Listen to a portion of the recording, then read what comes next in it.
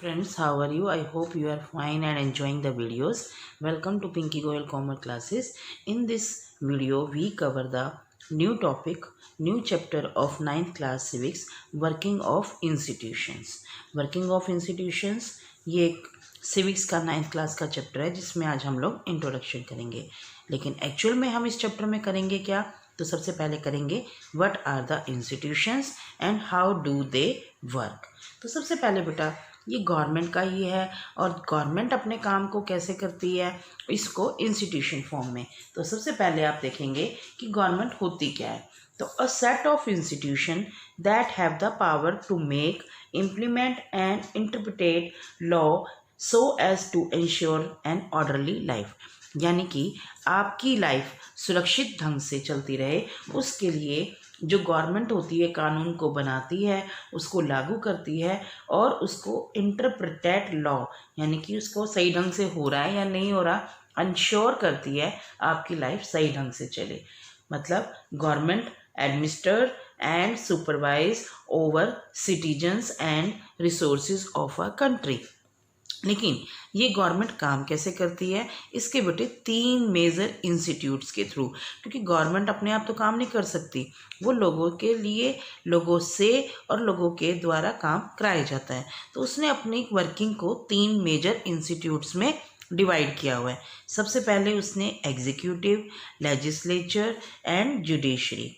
तो अगर हम लोग बात करें लेजिस्लेचर जो होती है जो कि कानून बनाती है, कानून बनाएगी या एक तरह से लॉ बनाती है और उसको एग्जीक्यूटिव इंस्टीट्यूट करता है और फिर उसको फॉलो अप जो है जुडिशरी कराता है.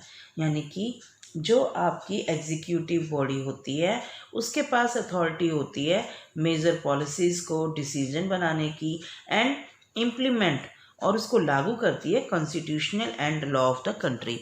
और जो कानून बनता है यानी कि जो लॉ एक्ट ये बनाती है और ये लागू करती है एक तरह से, मतलब कानून को पास करती है और फिर ये इम्प्लीमेंट हो जाती है. उसके बाद ये काम कैसे करेगी? ऑफिस मेमोरेंडम से.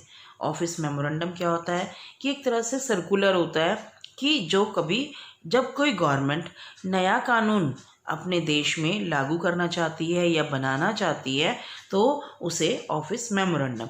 अगर मैं अब इसको सिंपल लैंग्वेज में, आपकी लैंग्वेज में कहूँ तो जब मान लो कि कोई टीचर आपको कोई इन्फॉर्मेशन देना चाहता है या कोई मान लो आपकी क्लास में कोई फंक्शन कराना है या कोई एक्टिविटी करानी है तो उसके लिए एक सर्कुलर निकाल दिया जाता है, नोटिस निकाल दिया जाता है. इसी तरह से ऑफिस मेमोरेंडम जब गवर्नमेंट कोई नए कानून को बनाना चाहती है या लेके आना चाहती है तो उसे ऑफिस मेमोरेंडम कहते हैं. तो ऑफिस मेमोरेंडम एक तरह से कोई कम्युनिकेशन है जिसमें कम्युनिकेशन मीन्स एक तरह से सर्कुलर या नोटिस निकालती है या इंफॉर्मेशन देती है कि वो इस कानून को लाना चाहती है. तो अगर मैं आपकी बात करूं आपकी ही चैप्टर की तो 13 एक ऑर्डर इशूड किया गया था गवर्नमेंट के द्वारा 13 अगस्त 1990 को इशूड किया था. It was called office memorandum. Memorandum में जैसे कि किसने किया और क्या था इसमें पहले ये समझेंगे और फिर ये कैसा होता है इसको मैं आपको पिक्स दिखाऊंगी. ये देखिए कि क्योंकि मैं एनसीईआरटी बुक ही फॉलो कर रही हूँ आपकी तो उसी में से हम लोग देखेंगे.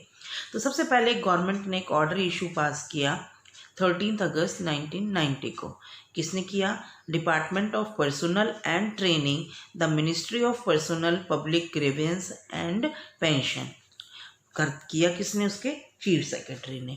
एक्चुअली बेटे जो गवर्नमेंट होती है वो अपने आप तो काम करती नहीं है, वो डिपार्टमेंट बना देती है कि आप, और उसको एक पर्सन को हेड बना दिया जाता है चीफ सेक्रेटरी वगैरह. तो उसमें से ये कानून बनाए जाते हैं. तो ये इस डिपार्टमेंट ने एक ऑर्डर को इशू किया. किसने? Department of personal and training the, और कौन मिनिस्ट्री थी? गवर्नमेंट. डिपार्टमेंट तो पर्सनल एंड ट्रेनिंग का हो गया, ठीक है. कौन था मिनिस्ट्री में? The ministry of personnel public grievance and pension, ठीक है. उसके बाद इस ऑर्डर में क्या था? This order announce 27% reservation for socially and educationally backward classes.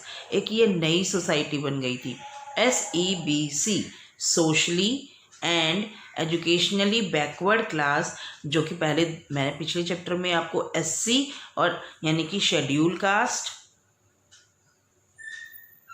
And schedule tribe, इन दोनों क्लासेस के बारे में बताया था। अपार्ट फ्रॉम दैट कि socially and educationally backward classes भी रिजर्वेशन, यानी कि जो पीछे से बैकवर्ड भी है क्लासेस, यानी कि जिनका विकास नहीं हुआ है अभी, वो बैकवर्ड है एजुकेशन और सोशली कास्ट के अकॉर्डिंग, तो उनके लिए गवर्नमेंट जॉब्स में, कहाँ पर, नॉट इन रेलवे रिजर्वेशन, कोई ऐसी नहीं कि कोई उनको खाने पीने का या उसको ऐसे, इन गवर्नमेंट जॉब में उनके लिए 27% रिजर्वेशन कर दी गई थी। अब इसकी एक कहानी है, इससे पहले आप लोग देखेंगे कि जो आपकी बुक है उसमें देखिए यहाँ पर आपको एक दिया हुआ है ऑफिस मेमोरेंडम, जिसमें देखो गवर्नमेंट का है, department of personal and training OM, जो ऑफिस मंडल हो गया, और यहाँ पर ये नंबर दिया होता है, इसका कोई SCT डेटेड इन 13/8/1990। क्लियर। अब मेन बात इसमें क्या थी कि 27% of the vacancies in the civil post and services under the government of India shall be reserve for SEBC। I hope you understand. तो बेटे इस वाले रजिस्ट्रेशन का मतलब जो आपको मैंने सर्कुलर दिखाया है, इसमें सिर्फ यही चीज़ थी जो कि एक चीफ सेक्रेटरी ने आपको पास कर दी थी। अब ये कहानी कैसे बनी इसके द्वारा एक हम लोग बात करेंगे।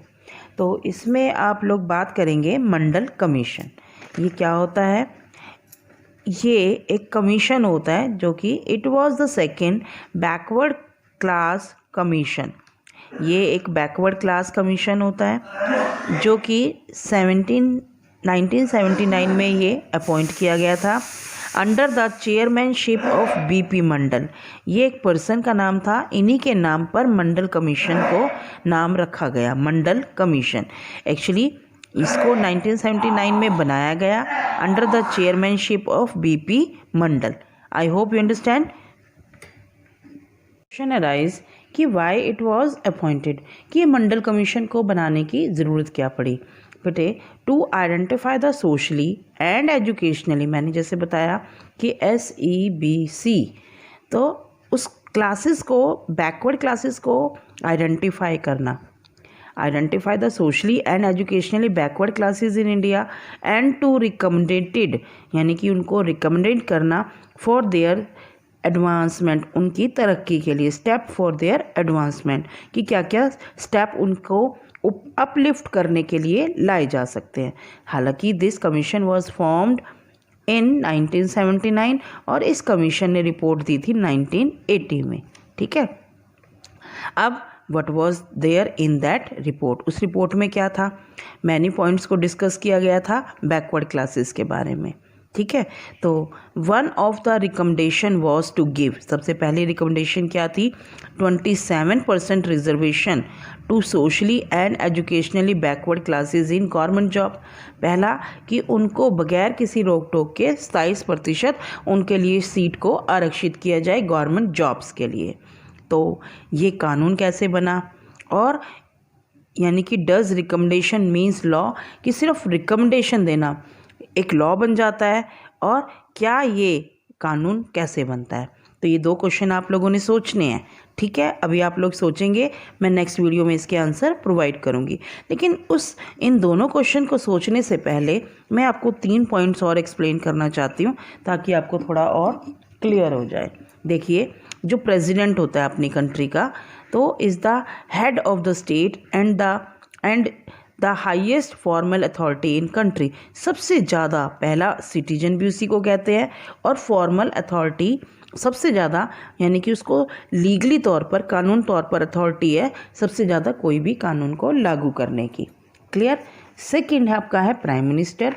Prime minister is the head of all the government and actually government का हेड है, और एक्चुअली एक्सरसाइजेज, यानी कि वास्तव में वो काम करता है और गवर्नमेंटल पावर्स को यूज़ है, उसके पास पावर है। He take most of the decision in the cabinet meeting. जब उनकी कैबिनेट्स की, यानी कि मंत्रीगण की मीटिंग होती है, तो जो प्राइम मिनिस्टर है वही डिसीजन लेता है।